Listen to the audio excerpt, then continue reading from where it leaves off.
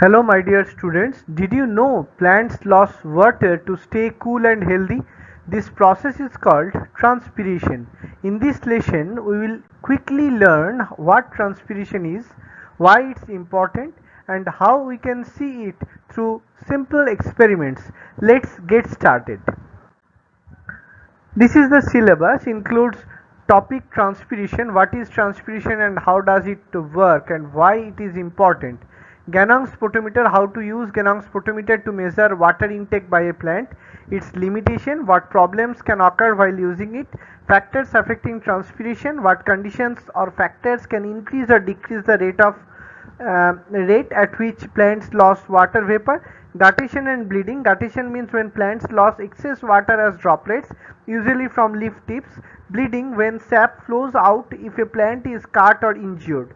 Transpiration, it is the process where plants lose water in the form of water vapor from their leaves and other above ground parts. What is transpiration? Why is transpiration useful? This is the image showing the process of transpiration. Transpiration is very helpful for the plants for two main reasons. It creates a suction force in the stem. This helps root pull up water and minerals from the soil. It helps cool the plant during hot weather. So transpiration is a natural cooling system and a way to move water and nutrients. So what we have learned, transpiration is the process where plants lose water in the form of water vapor from their leaves and other above ground parts. Experiment to show transpiration. What to do? Take a medium sized healthy potted plant, cover it with a transparent plastic or polythene bag and tie it around the stem. Put the plant in sunlight for 1 to 2 hours. You will see water drops inside the bag. This happens because the plant releases water vapor which cools and forms drops. This only happens if the outside air is cool enough for consideration. To prove this water came from the plant, do a control. Take an empty bag, tie it in the same way and keep it in sunlight. No drops will appear. You can also test the drops with cobalt chloride paper. If the paper turns from blue to pink, it shows water is present. So this experiment shows clearly that plants lose water through transpiration. Now experiment number 2. This experiment shows that plants lose water by transpiration and how cobalt chloride paper can detect moisture. Set a bed, take a small healthy potted plant with broad leaves, wrap the pot with a polythene bag and tie it tightly at the stem's base. This stop water vapor from escaping from the soil.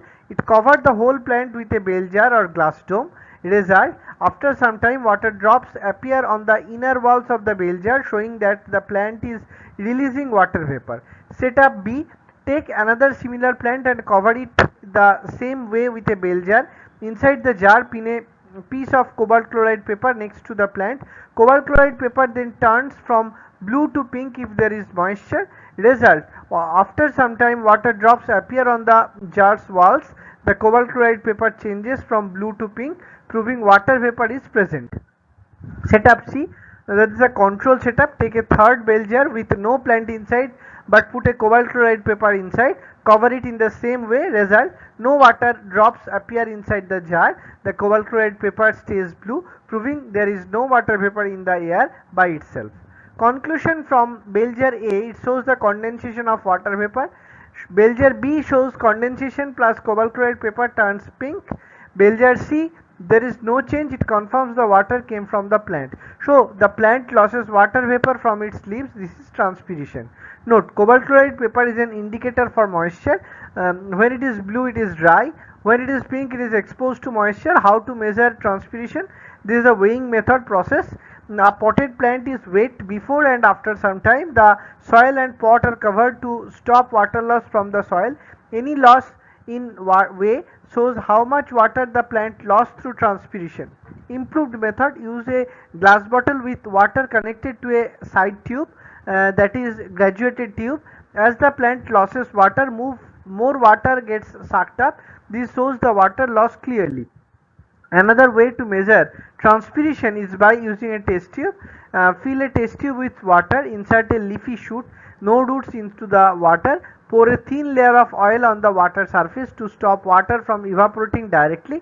Put the test tube in a small beaker, weigh them together. After a few hours, weigh them again.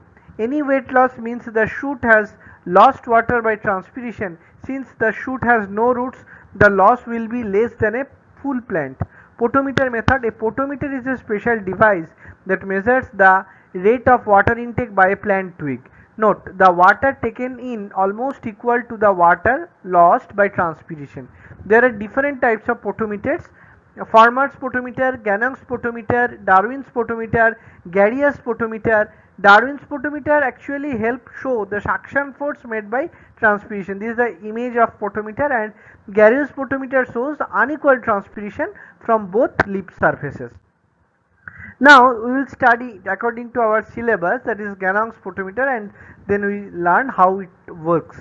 A twig or calycellus is fixed into a tube filled with water.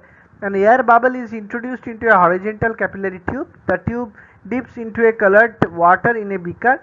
As the twig loses water by transpiration, it pulls water from the beaker. This moves the air bubble along the tube.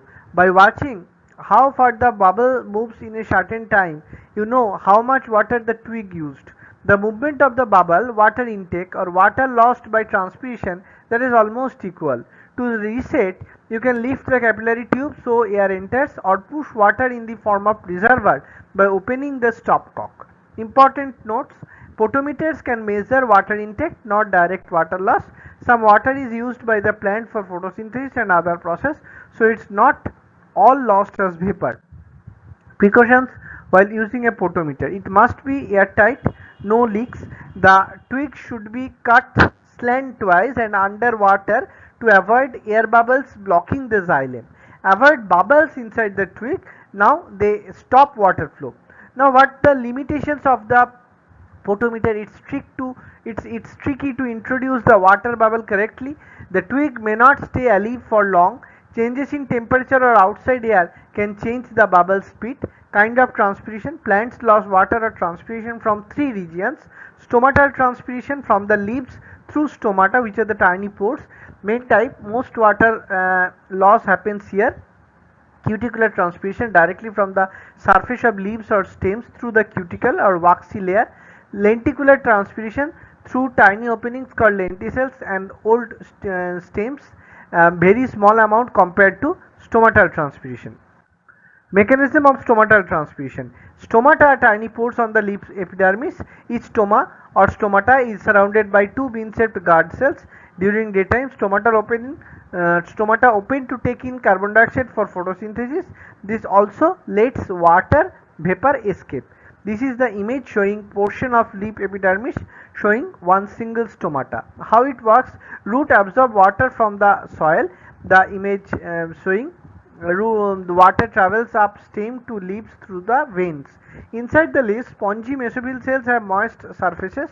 Water forms a thin film on these surfaces. These water evaporates, filling spaces inside the leaf with water vapor. Vapor diffuses through the stomata to the outside air. So we know that diffusion means vapor moves from a place of higher concentration, that is inside leaf, to a lower concentration, that is outside air. How water moves through a leaf. Part A. Section through a leaf blade shows the path of water movement. Water travels up the xylem vessel. Water moves into the intercellular spaces by osmosis. It evaporates into the substomatal space. Finally, it diffuses out through the stomata as water vapor. Part B. That is the probable pathway. Most water moves along cell walls by imbibition, that is soaking up. A small amount goes inside the cells by osmosis. The water evaporates from the cell walls, diffuses into air spaces and then exits through stomata. This is transpiration. So the transpiration pool created by loss of water helps pull more water from roots in tall trees. This can lift water up to 50 meters or more. Undersurface versus upper surface transpiration. More water is lost from the underside of a leaf. This is because most stomata are on the lower surface or abaxial surface. So the lower side loses more water than the upper side. Proving it: cobalt chloride paper experiment. How it's done: attach dry cobalt chloride paper to both sides of a leaf, hold it in place with glass slides and clip, keep the leaf attached to the plant. Result: the paper on the upper surface stays blue for a long time, very little transpiration occurs. This paper on the lower surface turns pink quickly, more water vapor, so more transpiration. Conclusion: the lower surface has more stomata and so more water loss happens here. Important process: water lost by leaf cells is replaced by pulling more water up through the xylem. This keeps the flow going, helping plants stay cool and get nutrients. Stomatal regulation of transpiration. Stomata are tiny pore. They are small structure. They occur in large numbers on the lower epidermis or underside of a leaf. Because of this, most of the water loss or transpiration happens through the lower side of the leaf. Transpiration happens only when stomata are open. If they close, water loss stops. The opening and closing of stomata depend on how much water and dissolved salts are inside the guard cells. In the day, stomata usually open to let CO2 in for photosynthesis. This also allows water vapor to escape. If the plant has less water, guard cells lose water and shrink, that is lost turgidity, closing the stomata and stopping transpiration. Example: some plants like balsam wilt at midday even if water is present inside the soil. Why? Because during hot midday, transpiration is faster than water absorption by roots. Leaves lose water pressure or droop. At night or evening, stomata close, less water loss, and leaves regain water pressure and stand upright again. Cuticular transpiration. The cuticle is a waxy layer covering the leaf. It prevents water loss, but some water still evaporates. If the cuticle is thin, more transpiration occurs. If thick, less transpiration occurs. Desert plants have thicker cuticles to save water. Lenticular transpiration. Lenticels are small opening on woody stems. They allow gas exchange for respiration. They never close, so water vapor can always escape. Water evaporates directly from cells under lenticels. So these are the difference between stomata and lenticel. Factors affecting transpiration. External factors are intensity of sunlight. During the day, stomata open to let in carbon dioxide for photosynthesis. When stomata are open, water vapor also escapes and increasing transpiration. But at night, stomata usually close and transpiration decreases. What happens in case of temperature? Higher temperature, more water evaporates, so more transpiration, and warm air holds more water vapor than cold air. Wind velocity. Wind blows away the water vapor nearly the leaf surface. Fresh dry air replaces it and more water escapes, more transpiration. Humidity. If the outside air is humid, it already has lots of water vapor, so less water can escape and transpiration decreases. Carbon dioxide. If there is more CO2 in the air than normal, stomata tend to close, less water loss and transpiration decreases. Atmospheric pressure. Lower air pressure, and so it is the faster diffusion of water vapor, more transpiration, so high altitudes or low pressure can mean more water loss. Internal factor. Water content of leaves. This is the internal factor. If leaves don't get enough water from the roots, they wilt. When wilted, stomata close, water loss stops. This saves the plant from losing more water. Adaptations to reduce excessive transpiration. Plants in dry areas have special features to save water. Shrunken stomata. Stomata are deep inside pits or covered by tiny hairs like nerium. This traps moisture and reduces water loss. Fewer stomata. Plants may have fewer stomata to reduce evaporation. Narrower leaves are thin and small, less surface to lose water, that is nerium. Reduced exposed surfaces. Leaves can be rolled, folded or wavy to hide stomata from wind or sun. Loss of leaves. Some plants drop leaves to turn them into spines like cactus. Thick cuticle. The leaves or stems covered in thick waxy layer stops evaporation. Example: banyan tree or desert plants. Significance of transpiration. Transpiration is very important for plants. Its main advantages are cooling effect. Water evaporation cools the leaf. This protects plant from overheating and enzyme damage on hot days.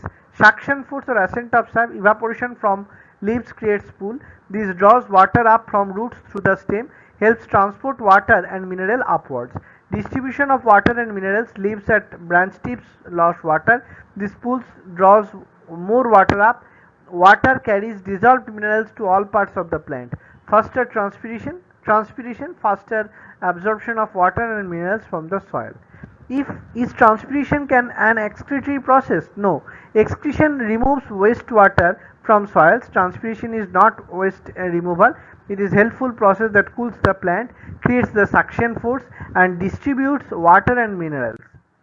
Transpiration affects climate. Transpiration adds huge amount of air vapor, water vapor to the air. Example, one sunflower হচ্ছে half a liter day, one maize plant 2 liters per day, and one large apple tree 30 liters per day. So this water vapor increases air moisture, forms cloud and helps bring rain. So forest can cause rain. Transpiration is the secret. Now this is the difference between evaporation and transpiration. Now we will study what is guttation and what is bleeding. Guttation means to pour out or drop, happens when leaves show water droplets at their edges early in the morning. Why these things happen in warm humid condition? Transpiration is low but roots still absorb water, water pressure builds and extra water pushed out through the leaf tips.